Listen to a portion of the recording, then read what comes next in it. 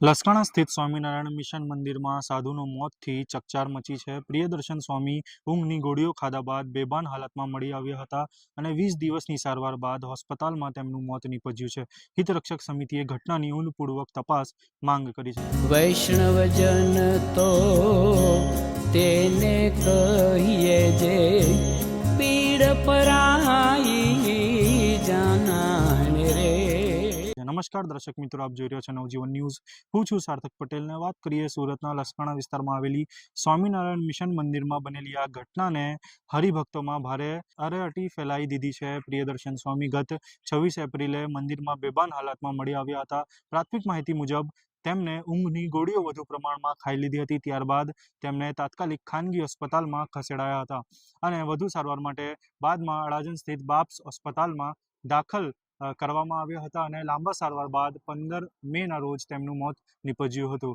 બીજી તરફ શ્રી સ્વામિનારાયણ સિદ્ધાંત હિતરક્ષક સમિતિએ આ સમગ્ર ઘટનાને શંકાસ્પદ ગણાવી પોલીસ સમક્ષ લેખિત રજૂઆત કરી છે। સમિતિએ મંદિરના સીસીટીવી ફૂટેજ, મોબાઈલ ડિટેક્શન અને સંતો સેવકોના નિવેદનોને પણ તપાસવાની માંગ કરી છે।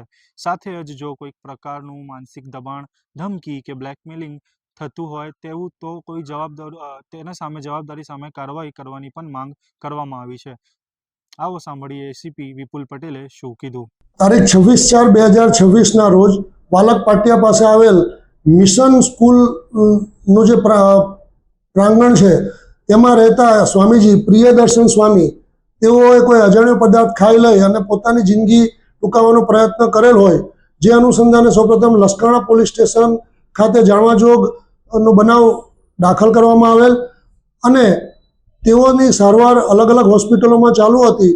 તેઓ શ્રી ગઈકાલ તારીખ 15/5/2026 રોજ બીએપીએસ હોસ્પિટલ અડાજણ ખાતે તેઓને મૃત જાહેર કરેલ હોય ડૉક્ટરશ્રીએ, જે અનુસંધાને લસકાણા પોલીસ સ્ટેશન ખાતે અકસ્માત મોતનો બનાવ રજીસ્ટર કરવામાં આવેલ છે અને જે બનાવની તપાસ પીએસઆઈ શ્રી સોલંકી નાઓ કરી રહેલ છે।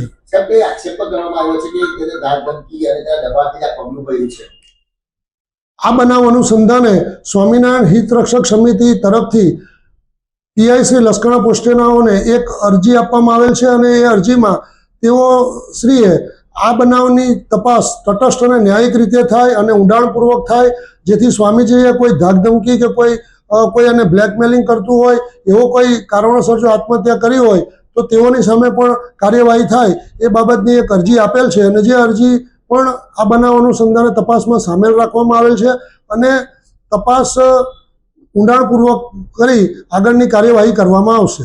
પોલીસે હાલ અકસ્માત મોતનો ગુનો નોંધી વધુ તપાસ શરૂ કરી છે। પેનલ પોસ્ટમોર્ટમ રિપોર્ટ બાદ મોતનું સાચું કારણ સામે આવશે તેવી માહિતી પોલીસ દ્વારા આપવામાં આવશે। આવા જ મહત્વના સમાચાર માટે જોતા રહો નવજીવન ન્યૂઝ। સુરતથી સાર્થક પટેલની રિપોર્ટ।